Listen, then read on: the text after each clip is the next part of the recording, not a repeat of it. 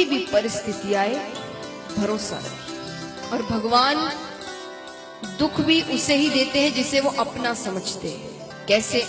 एक माता अपने घर के दरवाजे पर खड़ी है, सामने देख रही है, एक पूरा मोहल्ला है, कई घर है उसमें, तो वो अपने घर के दरवाजे पर खड़ी है, सामने देखती है मोहल्ले के कुछ बच्चे खेल रहे हैं, उनमें उनका बच्चा भी खेल रहा है, इसीलिए वो खड़ी है देखने को कि सब ठीक है ना।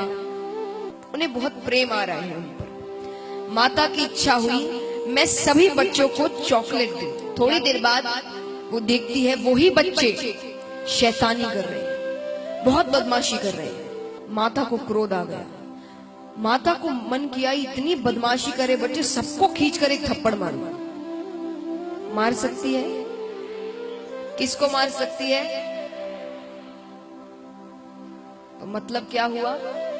भगवान चॉकलेट सबको देते हैं, थप्पड़ उसे ही मारते जिसे अपना बच्चा समझते हैं। थप्पड़ यानी दुख। आपने कुछ गलती की, उसका परिणाम आपको मिला, सजा मिली।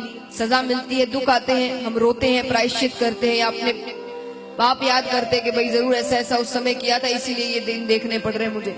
गलती की है तभी थप्पड़ पड़ा है, गलती नहीं की होती तो नहीं मिला होता थप्पड़। तो सही व्यक्ति यही सोचेगा कि मैंने क्या पाप किए थे। तो अगली बार जब दुख मिले ना, तो भगवान पर क्रोधित मत होना या भगवान मत बदलना, भगवान को धन्यवाद करना कि आपने मुझे अपना बच्चा समझा, मेरे पापों को खत्म कर रहे हैं।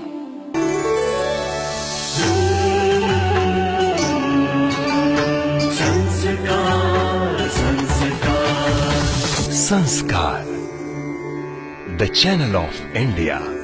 हमारी संस्कृति, हमारी विरासत।